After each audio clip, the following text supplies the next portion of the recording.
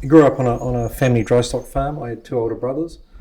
We ran into the back of a fairly heavy bush, the Pereira State Forest, and always hunted.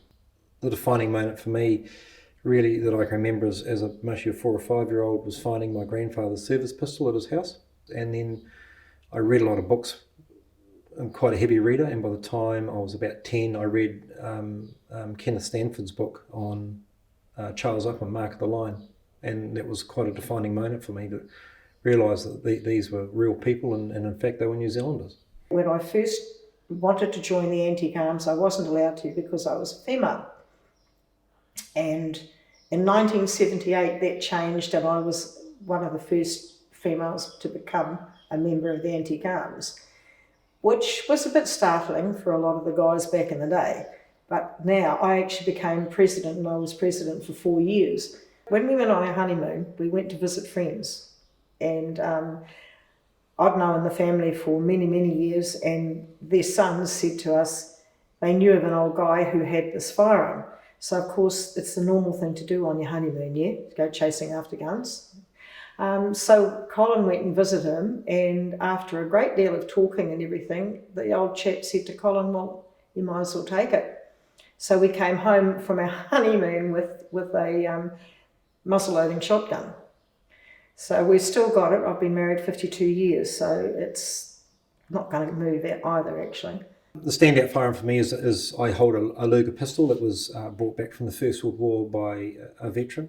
I purchased it off his family. That pistol was carried into action in a battle that an associate of the guy that owned it won the Victoria Cross. To be able to hold that pistol and recognise that history, and to show that to people, particularly displaying at schools and that sort of thing, is I think is what it's all about to me. We sort of have a lifestyle that we're pretty envious of, and it's because of those guys that did that have gone before us that we can do that. I've got a 303 that served on the Battle of Gallipoli, served on the Peninsula as a sniper's rifle. It was the rifle and the sights were brought back damaged. I've restored them to as close as I can get them to the original position. But that's an example of another firearm I pick up, and just the trauma that it's seen and the hardship that it went through. You often wonder what happened to the people that were behind it and in front of it. But just that whole, you sit there with it in your hands and you sort of just think about the whole thing. The firearms that I've brought here today for you to have a look at, what I've done is bought a small amount, but to show the prohibited firearms and the legal firearms that are there. And if you look at them, they don't look like they're very much different.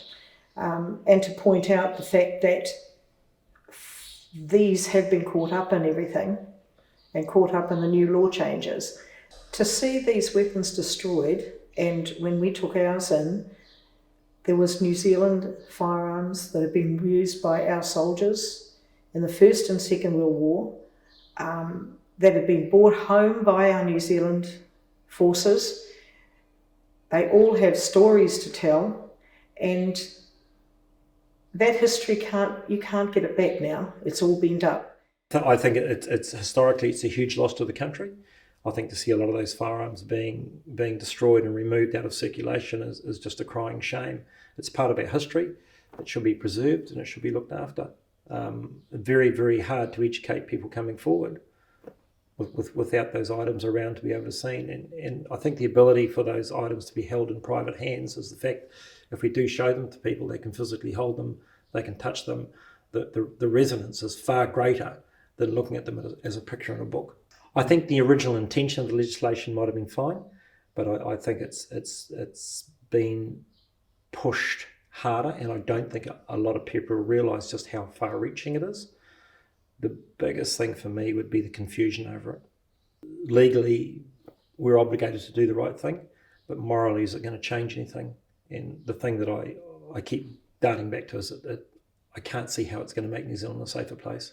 I'm sorry, I just can't see that. I think that's a fallacy.